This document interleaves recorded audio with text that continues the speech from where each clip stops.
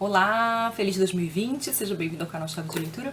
No vídeo de hoje a gente vai conversar sobre meu ano de descanso e relaxamento da Ottessa Moshfegh, autora norte-americana, uma autora jovem sobre a qual eu não tinha ouvido falar ainda, fiquei sabendo dela com esse livro que está sendo lançado pela Todavia, um lançamento de 2019, mas a Ottessa tem outros livros já publicados, inclusive premiados, mas uma autora jovem ainda assim, e que eu gostei bastante de conhecer. Eu já vim ouvindo as pessoas falando desse livro no ano passado e estava ficando bastante intrigada com a sinopse. A ideia da protagonista, que é a narradora, é tirar um ano de hibernação através de remédios.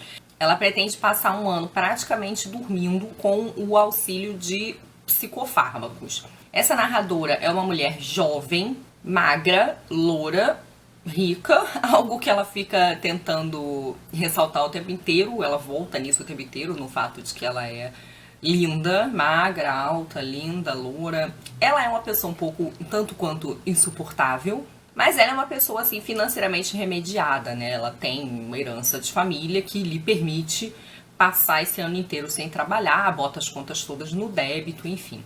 Ela menciona muito superficialmente, assim, que ela teve depressão, que ela estava com depressão, que ela estava lidando com depressão, mas ela fala de um modo, assim, quase como um detalhe.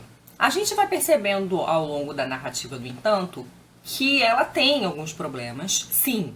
Ela vem de uma família bastante disfuncional, uma família muito fria, estéril, pais que não se relacionam muito bem, uma mãe alcoólatra, o pai era ausente, a mãe era uma pessoa que também tinha sérios problemas, assim, dá pra perceber, muito distante, muito fria, muito egoísta, muito egocêntrica. Isso tem efeitos na nossa narradora, que não tem nome.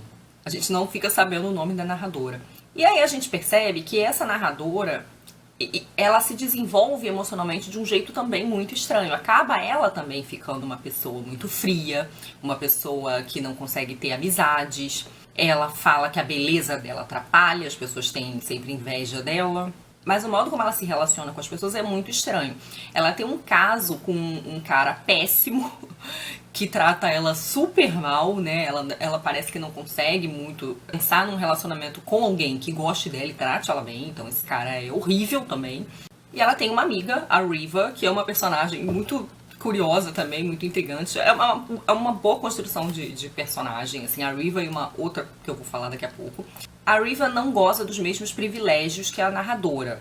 Ela não é exatamente feia, mas ela, por exemplo, vem de uma região que é aparentemente de subúrbio, de uma família mais pobre, para morar em Nova York, fazer faculdade lá, que é onde a narradora mora. Para conseguir se adequar, a Riva faz uma série de sacrifícios. Então ela tem uma dívida de empréstimo que era para ela poder ter feito faculdade.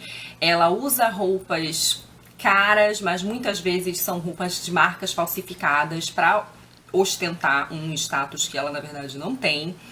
Ela é bulímica, então ela tem essas compulsões, né? Ela come, depois ela vomita. E ela é viciada em autoajuda, o que irrita profundamente a narradora, que é muito mais cínica, né? Então você tem esse contraste entre elas duas, né? De uma pessoa que quer muito se encaixar, mas que fica procurando mensagens positivas, um conteúdo de autodesenvolvimento, num sentido mais positivo, enquanto a narradora vai se desconectando cada vez mais do mundo ao seu redor, né? Então ela é uma pessoa muito solitária, a narradora, e uma pessoa com muita dificuldade de se relacionar com as pessoas e de ver algum sentido. A gente vê que falta sentido, falta propósito na vida dessa narradora. Mas, de certa maneira, tanto a narradora quanto a Riva, elas são muito superficiais. A gente vê que as duas sofrem de um certo vazio espiritual, de um certo vazio existencial.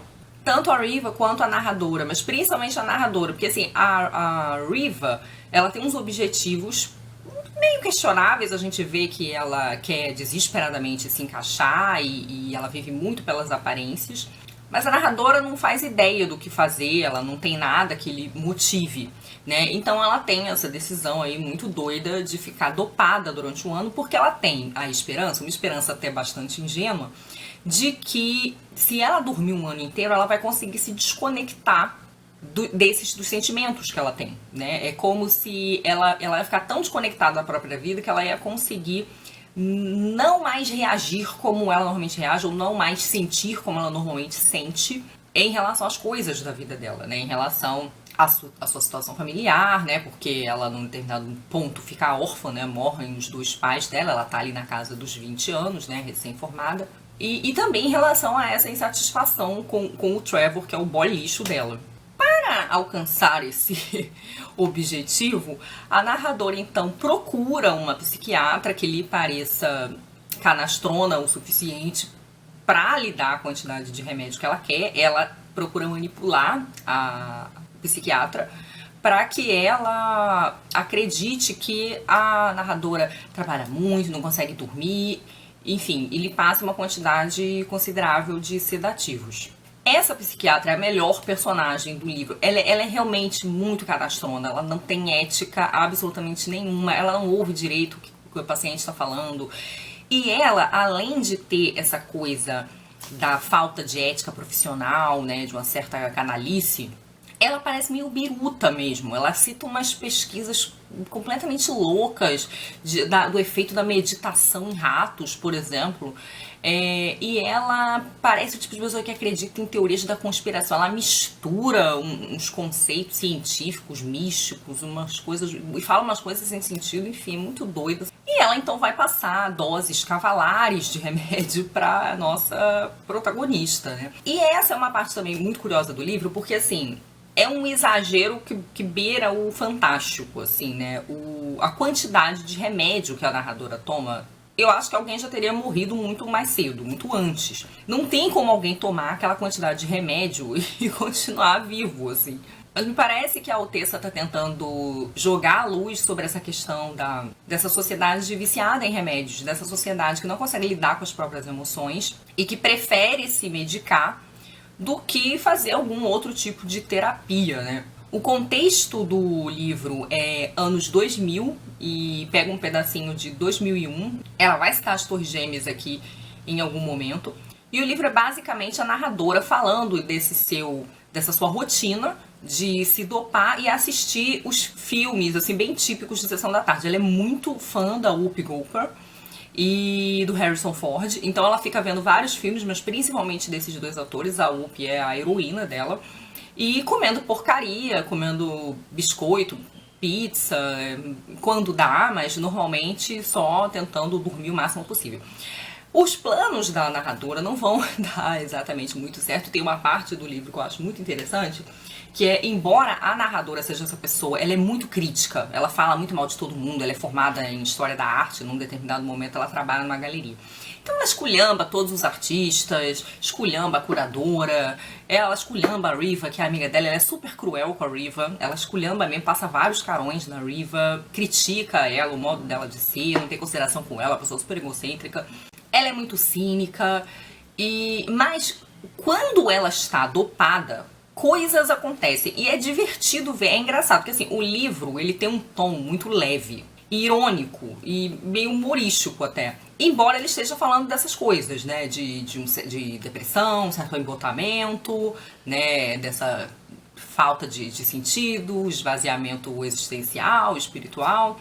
Mas as coisas aqui são narradas com uma certa comicidade. E certas coisas acontecem com a narradora quando ela tá dopada que são engraçadas. E é engraçado de acompanhar, considerando que ela, consciente, é uma pessoa que não gosta de nada, que não se interessa por nada, né? Eu não vou dizer exatamente o que acontece, mas é engraçado, assim, cria uma espécie de contraste aí entre esses dois lados da narradora, né? A narradora consciente e a narradora dopada.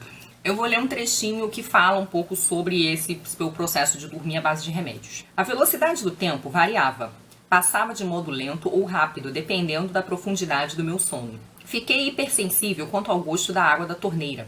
Às vezes tinha um sabor turvo e dava para sentir o gosto dos minerais. Noutras parecia gasosa, com gosto de bafo alheio. Meus dias favoritos eram os que passavam em branco. Eu me pegava sem respirar, atirada no sofá, olhando para um redemoinho de poeira que pousava sobre o piso da madeira. Por um segundo, lembraria que estava viva, depois desvanecia. Atingir esse estado exigia elevadas dosagens de Seroquel ou lítio combinado com Frontal e Stilnox ou Donarém. E eu não queria abusar dessas receitas. A sedação exigia um cálculo preciso. Na maioria dos dias, o objetivo era atingir um ponto do qual eu pudesse sair facilmente e sem maiores sustos. Meus pensamentos eram banais. Meu pulso parcimonioso. Só o café fazia meu coração acelerar um pouco mais. A cafeína era meu exercício. Ela catalisava minha ansiedade para que eu pudesse dormir de novo. Por mais que a narradora tente passar a maior parte do tempo dopada, algumas coisas vão acontecer, a vida acontece, ela não vai conseguir fugir de tudo que acontece, não é verdade? Né? Um pouco impossível. E é ao longo da narrativa que a gente vai descobrindo um pouco mais sobre a vida dela, a vida familiar dela, os relacionamentos dela e entendendo um pouco o estado em que ela chegou. Então, o livro, embora ele tenha essa premissa meio cômica, né? O livro ele tem esse traço meio tragicômico. Ele tem essa premissa meio cômica de, vou hibernar e vou tomar um monte de remédio e vou ficar dopada. O livro ele é interessante porque a gente entende um pouco a motivação da personagem, né? A gente entende de onde vem esse sentimento, essa vontade de sumir. Todo mundo em algum momento passou por isso de algum modo. Eu não tô querendo dizer que todo mundo ficou deprimido, mas eu acho que assim, a vida já ficou difícil o suficiente em vários momentos em que a gente tem esse desejo de sumir, queria sumir agora, né? Não queria ter que lidar com as pessoas, lidar com as pessoas do trabalho, com as pessoas da escola, enfim, com as pessoas da família. Então assim, a gente entende um pouco de onde vem esse desejo de sumir durante um tempo, né, e de resetar, né, essa ideia de, tipo, eu vou para outro lugar, vou recomeçar do zero, que é que no caso dela não é ir para outro lugar, é meio que se desconectar o máximo possível das próprias emoções, da própria história, para ter essa esperança de renascimento. Que é, como eu falei no início da resenha, um desejo um tanto ingênuo, mas que é uma abordagem interessante, eu acho, da Otessa, desses tempos, né, que a gente está vivendo, desse período aí, desses últimos 20 anos, já que o livro começa falando de 2000. Então o livro me soou uma narrativa bastante original, bastante irreverente, mas muito perspicaz, ainda que tratando por um viés tragicômico e por uma via também um pouco do absurdo, esses nossos tempos, né? Essa nossa dificuldade de ter um norte na própria vida, de encontrar um sentido para a própria existência, algo que nos motive de alguma forma, e as maneiras de lidar com isso, né? Porque me parece que se a narradora aqui já estava fragilizada o suficiente para querer ficar dopada a maior parte do ano, né, um ano inteiro dopada, não me parece que esse sentimento, né, o sentimento que motiva isso nela, esteja menos presente hoje, né? Na verdade, me parece que as pessoas, os jovens principalmente, têm estado cada vez mais fragilizados, né? O livro termina com uma nota mais ou menos positiva. Eu vou dizer mais ou menos positiva porque, assim, ela escolhe, assim, uma imagem, não daria pra dizer porque seria um imenso spoiler, mas uma espécie de metáfora em relação a algo que aconteceu, né? Um acontecimento histórico famoso, para, de certa forma, acenar para uma esperança, né, de recomeço na vida dessa autora. Mas a escolha dessa metáfora, para mim, já é bastante inusitada também. Assim, que eu acho que reforça o tom meio absurdo do livro. E que, de uma certa forma, para mim, quase neutraliza a mensagem, vamos dizer assim, positiva, porque é uma metáfora um pouco catastrófica. Então, assim, só quem lê o livro vai entender um pouco o que eu tô falando, né? Então, assim, talvez um certo aceno pro caráter ilusório desse plano da personagem, de vou finalmente renascer, né? Mas, enfim, é um texto de alta legibilidade no sentido, assim, da fluidez, né? Um livro que eu li muito rápido, mas que eu acho que chama muito a atenção por essa coisa meio inusitada e irreverente. Não é um livro com muita ação, isso é uma coisa que precisa ser dita. Não é a proposta do livro, não acho que ele é ruim ou pior por causa disso. Tem muita digressão e eu acho que é interessante, porque é a visão de mundo e a tentativa de fuga do sofrimento dessa narradora que viveu um período de semi-dopada, né? Então faz sentido. Sabe quando aqueles pensamentos que você tem quando você tá acordando ou quase dormindo, assim, umas coisas meio desconectadas, enfim.